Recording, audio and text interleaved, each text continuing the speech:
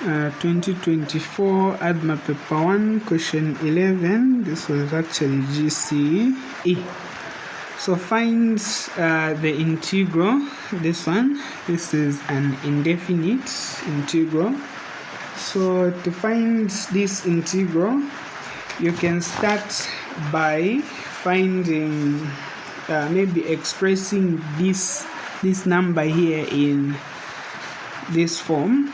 So you have 3x squared. Then you can express this in the form this. You just write it as a whole number with a negative power. So now to integrate this, when you integrate this, you have 3x.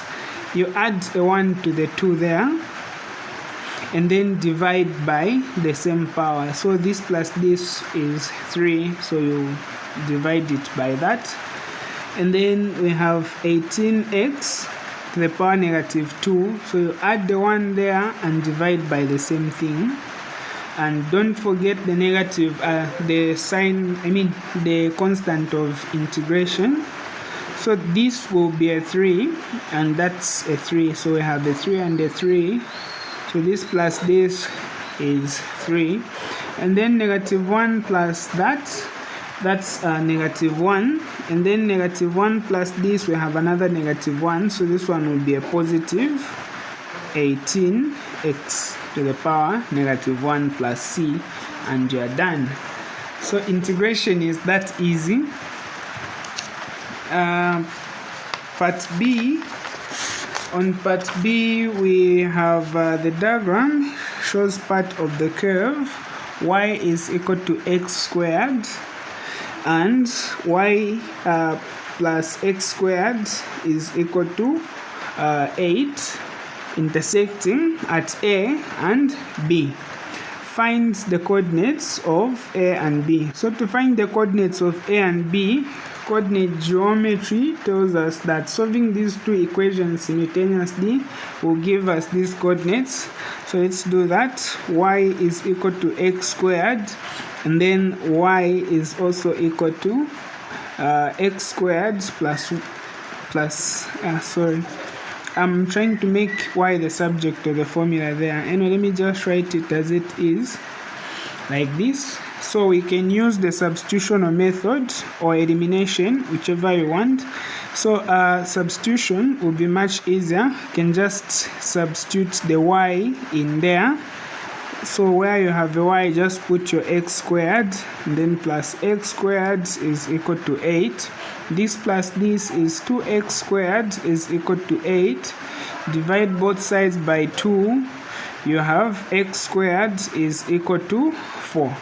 And then when you introduce the square root, plus or minus, of course, your x will be plus or minus 2. So that means you have a minus 2 this side and a positive 2 this side. So now to find the y coordinates, you can use any of these two equations. I think it's much easier to use this. So y will be x squared.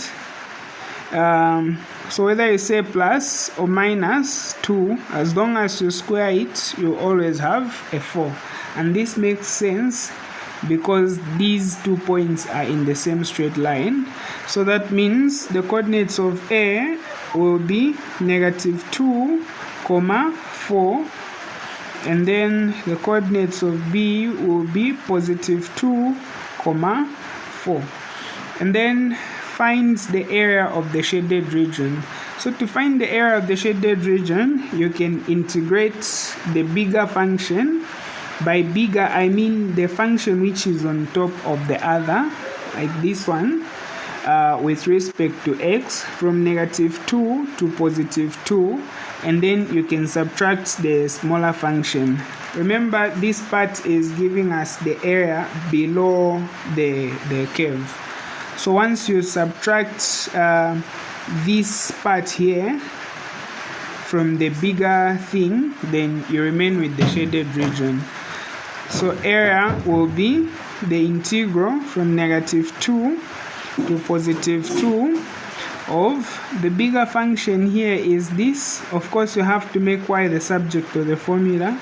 Y will be equal to 8 minus x squared. So you can say 8 minus x squared, and then you can subtract the smaller function, this one here, x squared, and then you are integrating with respect to x. So when the limits are the same, you can always combine them or you can separate them, it's okay. So even if you decide to put another integral symbol here, integrate this separately and integrate this separately, the answer will still be the same. But when the limits of integration are different, then you have to separate them. So you have -2 to 2, and then we have 8. Negative x squared minus x squared is negative 2x squared with respect to x. So now when you integrate this, when you integrate 8, you have 8x. When you integrate this, you have 2 to the power 3, and then you drop the power down, and then you integrated from -2 to 2. So now we can find f of 2 and f of -2 and subtract. So f of 2, we have 8 times 2 minus 2 times 2 to the power 3 over 3, then minus f of -1, because this one is a negative, it's better to put it in brackets.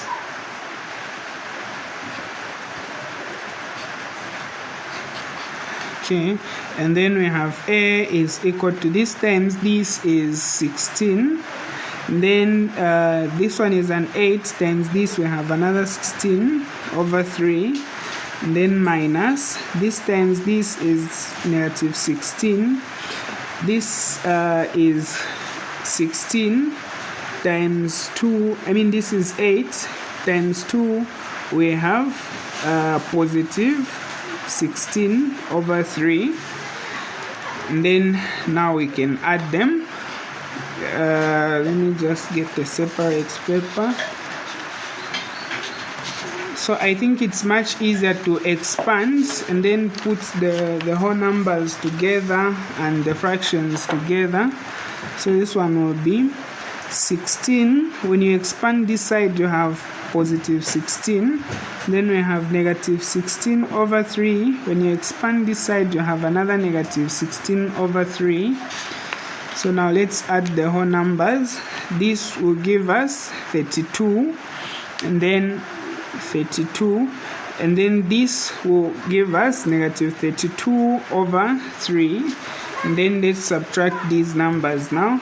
So this times this is like 96 minus 32, so we have 4.